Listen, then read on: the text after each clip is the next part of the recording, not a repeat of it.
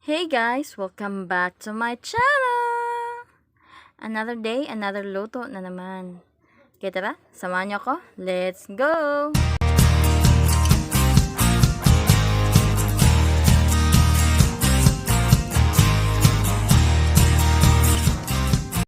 Ang lulutuin po natin for today ay paksiw na isda with talong and okra.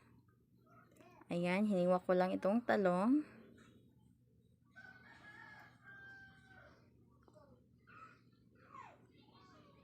Ayan, hiwain lang natin lahat.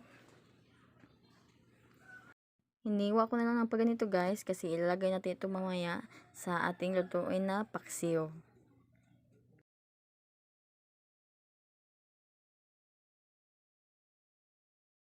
Ayan, patapis ko nang hiwain lahat. Ito nating pan. Maglalagay nga pala ako dito ng dahon ng laurel. 3 piraso pala ng dahon ng laurel ang ilalagay natin dito. Ayan, ilagay natin ang ating isda. By the way, ang gamit ko palang isda dito guys ay pandawan. Masarap kasi ang laman nito.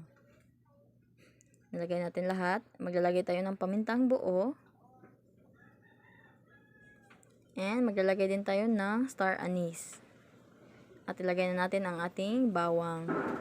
Mas maraming bawang guys, mas masarap. Maglalagay din tayo ng sibuyas, luya, at sili. Ayan, timplahan natin ito ng asin. Maglalagay din tayo dito ng paminta.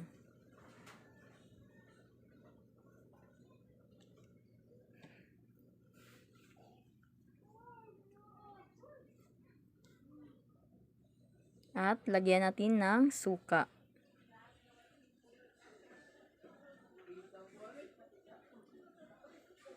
Maglalagay din tayo dito ng kamyas. Hindi ko pala naipakita nung chinap ko kanina itong kamyas natin. Maglalagay din tayo dito ng kalahating baso ng tubig.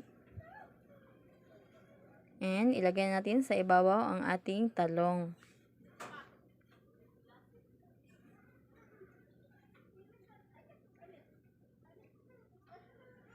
Ayan, maraming talong ang nilagay ko dito guys kasi masarap ito mamaya.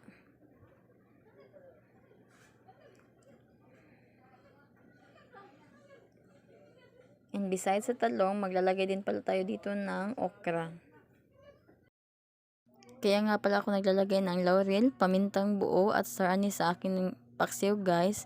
Kasi bukod sa mabango yung ating paksiw, ay mas masarap siya at mapapawala niya ang langsa ng ating isda.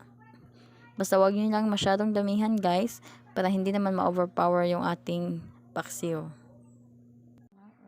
Ayan, pag kumukulo na at malambot na yung ating talong at ang ating okra, tapos na-reduce na yung sabaw ng ating paksiw, pwede natin lagyan ng mantika.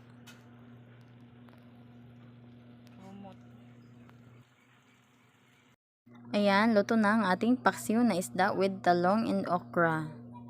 If you like this video, please give it a thumbs up, subscribe, and click the notification bell for more videos like this. Thank you for watching. Bye! God bless!